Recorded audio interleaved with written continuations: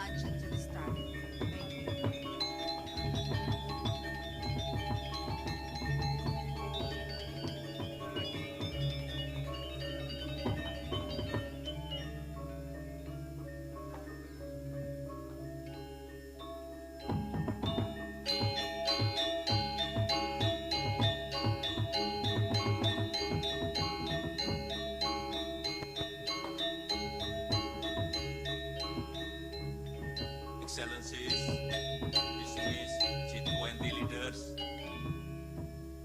welcome to this luncheon. At this lunch, I have two guests that I wish to invite to speak. First, President of the IOC, Mr. Thomas Bach, and the second, President of FIFA, Mr. Gianni Infantino.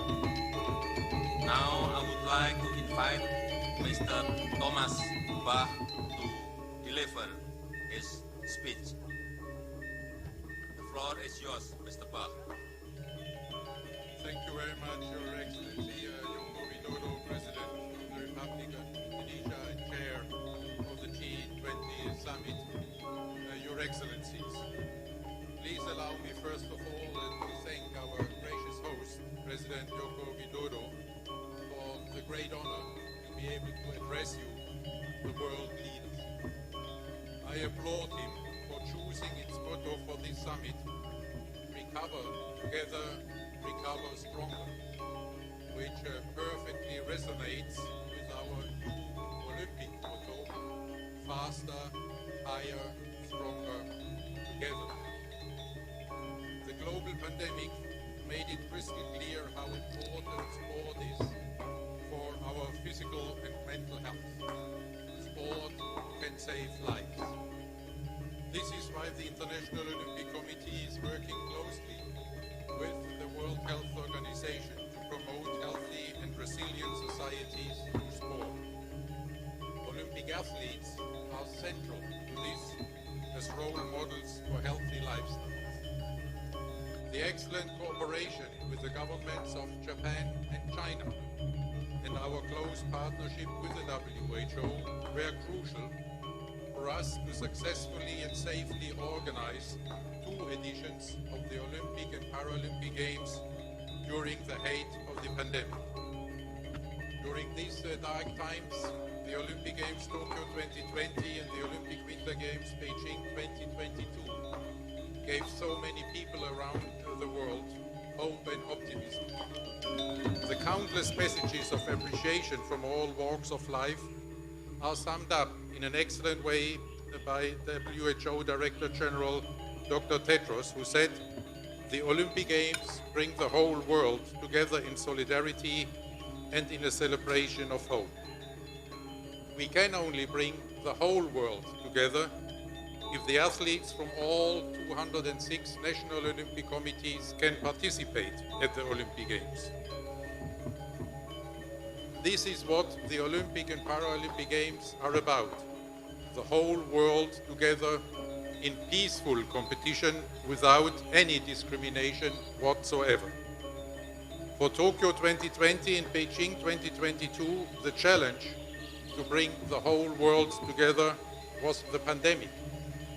Today, the challenge for the Olympic Games are consequences of the Russian aggression against Ukraine. Russia's violation of the Olympic Charter by violating the Olympic Truce Resolution adopted unanimously by the United Nations General Assembly. At the same time, we are supporting the athletes and members of the Ukrainian Olympic Committee everywhere with all our solidarity. But in contrast to the far too many other wars and conflicts in our world, regarding this war, some governments started to decide which athletes would be allowed to participate in international sports competitions and which athletes not. They did, and they do so, purely on political grounds. They want to decide which athlete can now qualify and finally compete at the Olympic Games Paris 2024. If sport becomes, in this way, just another tool to achieve political goals, international sport will fall apart. Because it is the very essence of international sport that decisions about participation and results of athletes have to be based purely on the sporting merit of an athlete. If, however, this kind of politicization of sport becomes the norm, it will be impossible for sport to be such a unifying force. We need the participation of all athletes who accept the rules, even and especially if their countries are in confrontation or at war.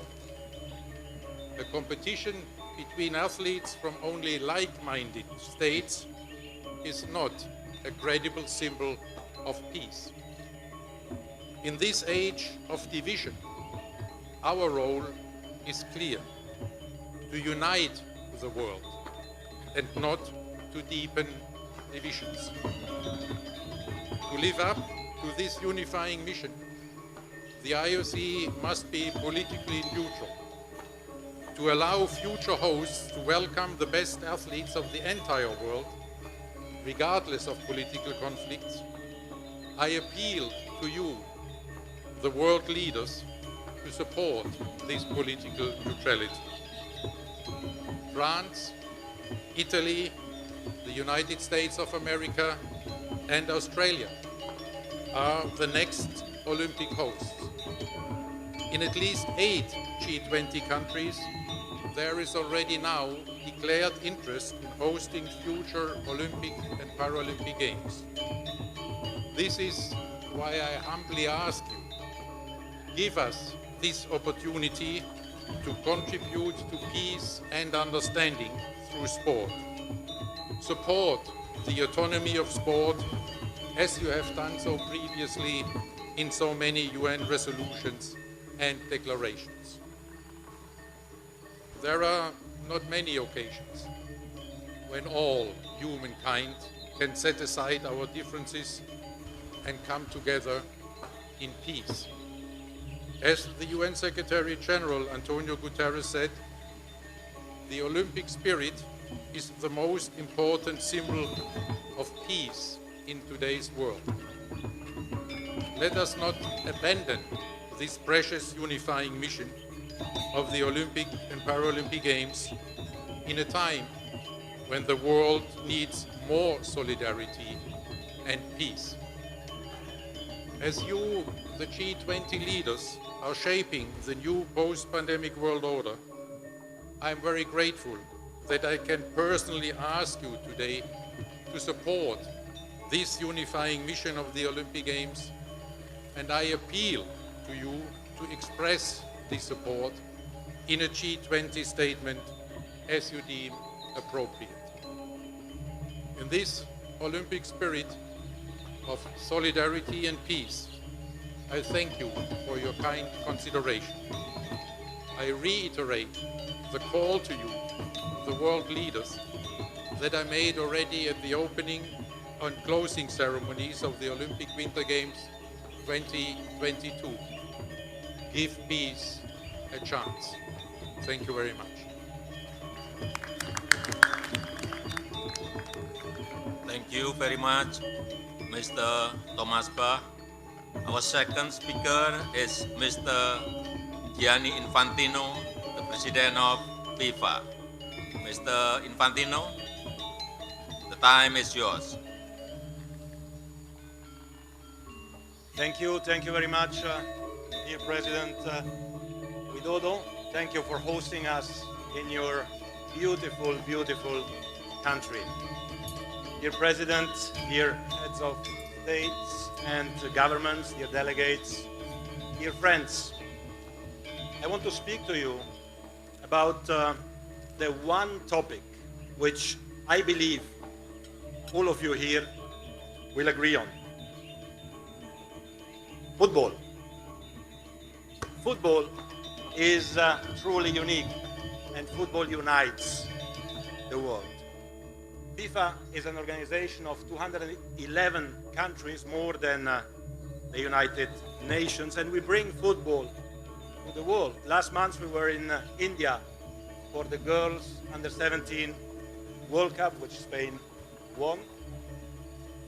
Next year we will return to Indonesia for the boys under-20 World Cup. And we unite the world through football. We encourage countries to come together to co-host events and World Cups. As such, next year we will be in Australia and New Zealand for the Women's World Cup. And then Canada, Mexico, and United States for the Men's World Cup in 2026. But coming to the present, in 5 days' time, the 2022 FIFA World Cup will kick off in Qatar. It is the first major tournament after the pandemic. It is the first time it will be played in the Middle East as well. And I can assure you that Qatar and FIFA have prepared everything to ensure everyone is welcome for a big celebration, and you are obviously all most welcome. And it must be said as well that Qatar made significant reforms over the last few years, also thanks to the World Cup. As a consequence of that, for example, hundreds of thousands of workers enjoy better conditions than some years ago. So 3 million fans will fill the stadiums, and 5 billion people, more than half of the world population, will watch the games on TV. Entire countries will come to a standstill. Now, dear leaders, you are, of course, representing the largest economies in the world. So let me say one word about economics and football. Because you might not know that the global football GDP is almost $300 billion. And whilst 90% of the fan base of football is outside of Europe, 70% of this global football GDP is produced within Europe. So just imagine the potential for the global economy if the rest of the world would produce even half of what Europe generates in relative terms, and its impact on their respective GDPs all over the world. This would add another 200 or 300 billion in global football GDP. It would add 3 to 4 million jobs for a global football GDP of $500 billion or more US, and this would contribute certainly to narrowing the income gap and growing global wealth, which are yours and also FIFA's priorities. But of course, football is, as you all know, much more than just an economy. Football is also much more than just a sport. It has a huge social impact. You all know what football means to your people, to your countries. It is about passion, it is about inclusion, it is about tolerance, it is about non-discrimination, and it is about education. Football is an investment in our children for our future. And football, of course, as sports, unites the world. And because football unites the World Cup is an occasion to bring people together in peace, enjoy something deeply needed in the turbulent times we live in. 7 months ago in Doha, at the occasion of the World Cup draw, when the world was watching, I made a plea for peace on behalf of the global football community. Today, 5 days before the start of that World Cup, I reiterate that plea. Football is a force for good. Of course, we are not naive to believe that football can solve the world's problems. For this, you are there. We know that our main focus as a sports organization is and should be sports. But because football unites the world, this particular World Cup, with 5 billion people watching it, can be the trigger for a positive gesture, for a sign or a message of hope. Dear leaders, Russia hosted the last World Cup in 2018. Ukraine is bidding to host the World Cup in 2030.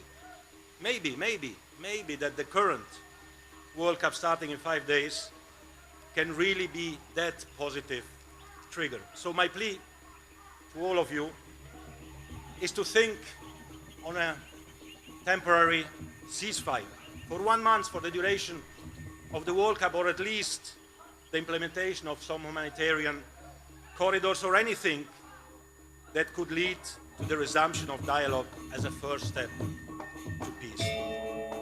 You are the world leaders. You have the ability to influence the course of history. Football and the World Cup are offering you and the world a unique platform of unity and peace all over the world. So let's take this opportunity to do everything we can to start putting an end to all conflicts. Thank you very much. And this is the official ball of the World Cup. every one of you will receive such a ball with your name on it, so make sure you get it. And in the meantime, if you don't mind, I would like to ask everyone to sign maybe this particular ball, and then together with President Widodo, we can decide what we do with it. Thank you for your attention, and have a great day, and thank you for everything. Thank you.